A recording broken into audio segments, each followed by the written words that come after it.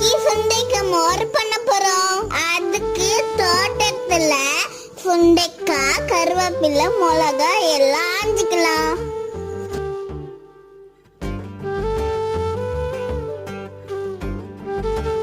சுண்டைக்காவை கழுவி நல்லா வச்சுக்கலாம்.